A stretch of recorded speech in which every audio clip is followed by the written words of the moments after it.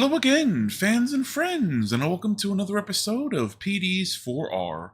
My name is Oliver, aka PDW2KX, and today I want to talk about the Netflix supernatural horror miniseries Midnight Mass.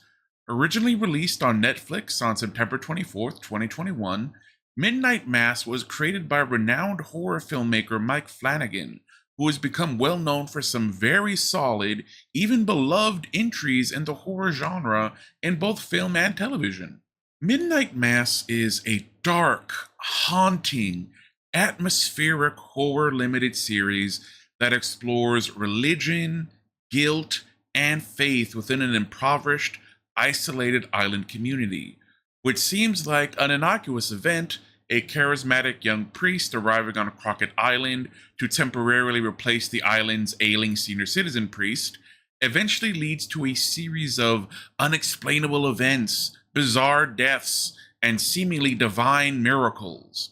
Midnight Mass is a slow burn, pun intended, but more on that later, with most of its important plot points remaining shrouded in mystery until the last few episodes. But this does serve an important purpose.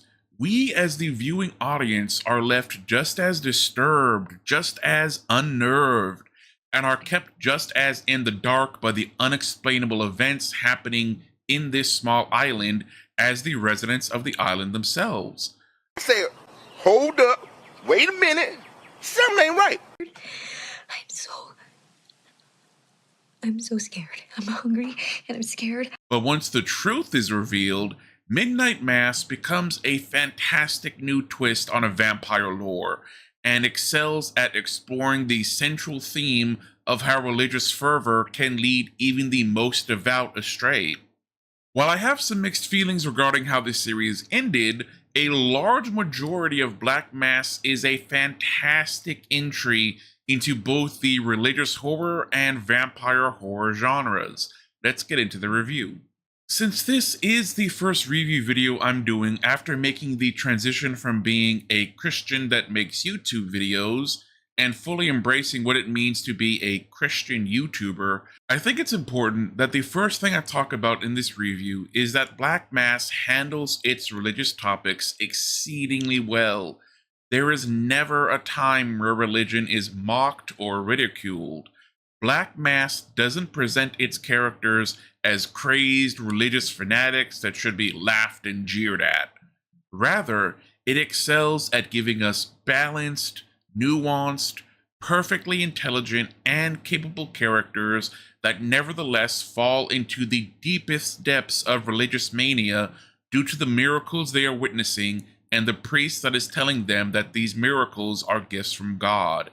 Even the priest himself, the way it is slowly revealed why he considers a vampire to be an angel from heaven, it honestly makes a lot of sense.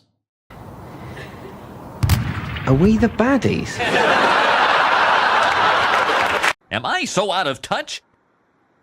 No, it's the children who are wrong. I've said this in the past in a few YouTube comments and in a few of my early reviews, and it bears repeating for Black Mass. The best villains are the ones where, even though you may disagree with them completely, on some level, you can at least understand their point. None of the villains in Black Mass are stupid, none of their motivations are the result of the writing team taking the easy way out and just saying, look at these religious freaks, aren't they crazy? If I was a dementia-riddled priest and a creature I found in a cave in Jerusalem restored me to the fullness of my youth, I honestly can't say for certain whether or not I'd make the same mistake of thinking this was a gift from God. Even when all hell breaks loose, and there's an extended scene where a large number of the island's residents are turned into vampires and then go about literally eating the rest of the town alive, the horror I felt at all this gory violence was only matched by my pity at how misguided these people were. But the heart and soul of this series rests on its main character, Father Paul, portrayed by Hamish Linklater. I've been a fan of him since I first saw him in the FX series Legion, which I'll probably get around to reviewing one day, and I always thought he had the potential to be a leading man. The people have spoken, and the popular consensus is correct. Hamish Linklater is the best thing about Black Mass. His performance holds the entire show together. Without him and the stellar performance he was able to give us, I think it's very likely that Black Mass would have been just a simple story of, look at these religious freaks, aren't they crazy? It's not that Black Mass is a one-man show, though. In particular, I really enjoyed the performances of Samantha Sloan as Bev Keane, Zach Gilford as Riley Flynn, and Kate Siegel as Aaron Green. But here's the best way I can describe it. Those three actors, I'd rate their performance in Midnight Mass as really good with hints of great. Certainly, this is worthy of much praise. But for Hamish Linklater, I'd go a step even further and rate his performance as really great with hints of absolutely stellar. The magnum opus. That's what it's all about. Hey, I'm not surprised. I also loved how the show eventually turned on the heat and went from a slow burn to a blazing inferno. Midnight Mass makes you wait for all the horror. It takes its sweet time getting to all the violence, but man, oh man, is it worth the wait. Most of this show is built around a slow build of gradually escalating atmospheric claustrophobia. We get extended scenes where the drama is simply two people talking about death, life, and religion, all while feeling completely trapped by their surroundings. And make no mistake, it's still excellent viewing. But if you came into this horror show expecting a gore-soaked splatterfest of vampires eating people, fear not. That's exactly what you get by the time the show ends. Trust me, please trust me, it is worth the wait, and the rest of the show is still very good and I enjoyed it very much. It's just that the slow burn makes the swift descent into all-out chaos all the more incredible and fun to watch. The extended scenes of a bunch of vampires running around literally eating a town alive was some of the most fun you can have as a fan of blood-soaked horror. That's the real baby! Give it to me! This is such good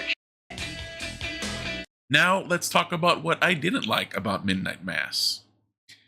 Here's an interesting negative aspect I want to address. In my research of Midnight Mass, I discovered that a large majority of critics and regular fans of horror agree that the show leans too heavily on overly scripted, long monologues.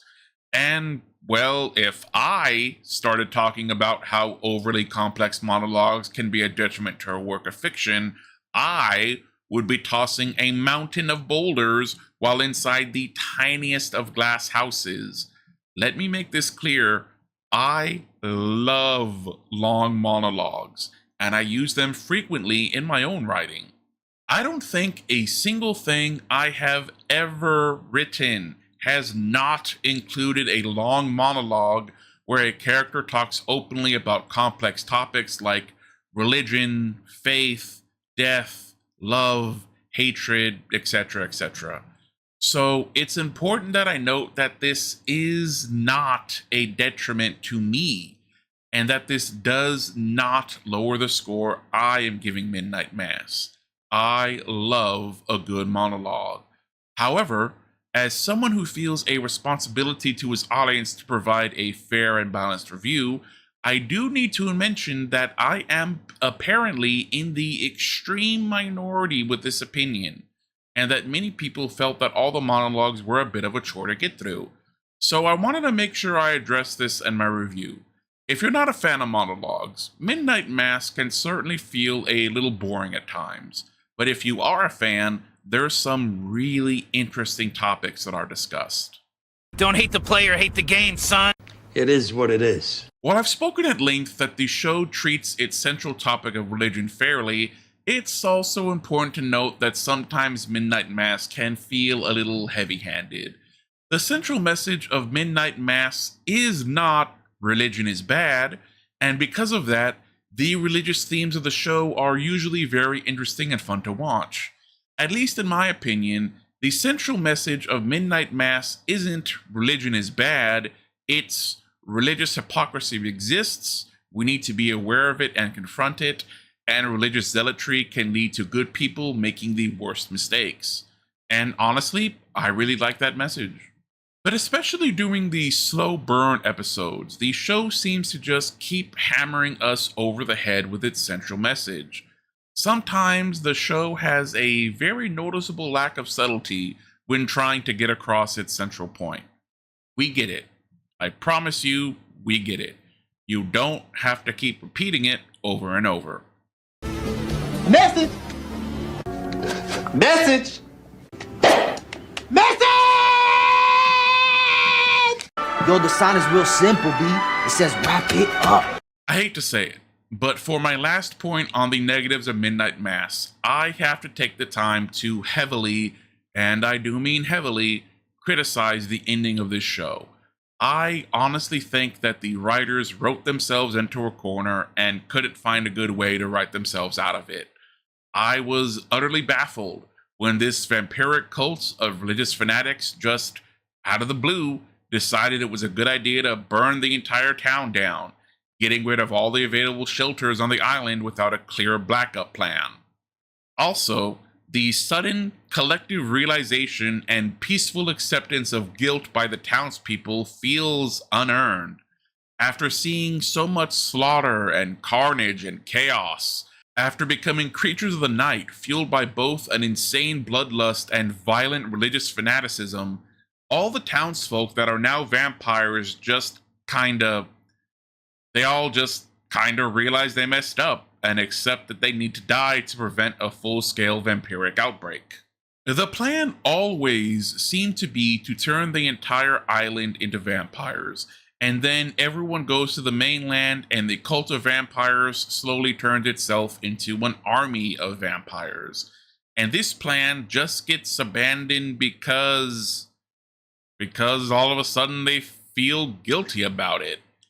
Even the main character, Father Paul, finally comes to his senses and realizes the error of his ways because, well, just because.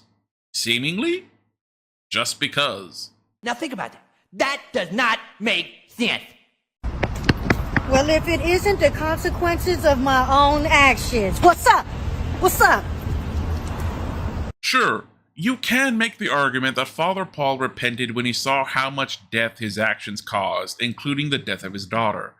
But he had to have known that something like this would happen, or else he wouldn't have spent a majority of the show slowly and secretly poisoning his congregation with vampire blood. If he was worried about his actions eventually hurting the good people of his island, he could have just, not gone back. Everyone would have heard that he wandered off in the middle of a sandstorm in Jerusalem, and they all would have rightly assumed that he died in the desert. You're a freaking immortal vampire who de-aged to the prime of their youth, dude. The world is now your oyster. Or I guess, to be more fitting, the world is now your blood bank. But he did return to the island, and he returned specifically to share what he felt was a gift from God with all the people he had spent so much of his life preaching to.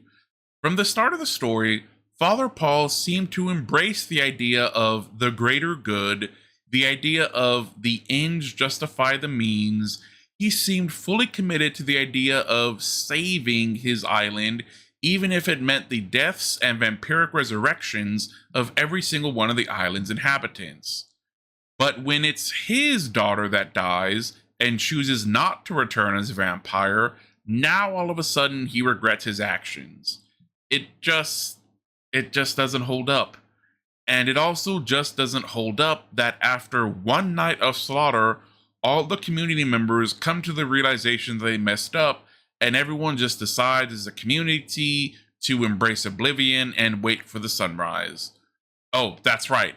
That's the only thing they could do, since they burned the entire town down and the few human survivors burned the boats down too.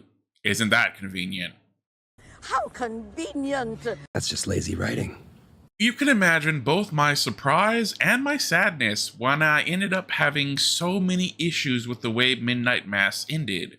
I really do hate to say something like this, But the lasting memory I have of Midnight Mass is that it's an excellent show that fumbled things right at the end zone. In the very last episode, all the major issues and faults I had with this show were pushed to the forefront. The ending felt rushed, it felt anticlimactic, it even felt nonsensical, if I am being brutally honest. It's a shame. Honestly, it's really a shame. This show is so very, very good for a huge majority of its runtime. At certain points during this show, my review score was going as high as 9.25 or even 9.5, but the sheer absurdity of the show's finale pushed the score almost an entire point downward. It is still a good show. It is still well worth a watch, but it could have been great. It certainly had flashes of greatness. But due to a few major issues, and due to the fact that all those issues came together in the finale to make for a thoroughly unsatisfying end to the series, I am ultimately going to award Midnight Mass a score of 8.5 out of 10. And that's the video, fans and friends. Thank you for watching, and please remember to like and subscribe if you feel like liking and subscribing. This has been PD's 4R, and I have been Oliver, also known as PDW2KX. Please remember to take care of yourselves and each other, and I'll see you in the next video. May God bless you today and always.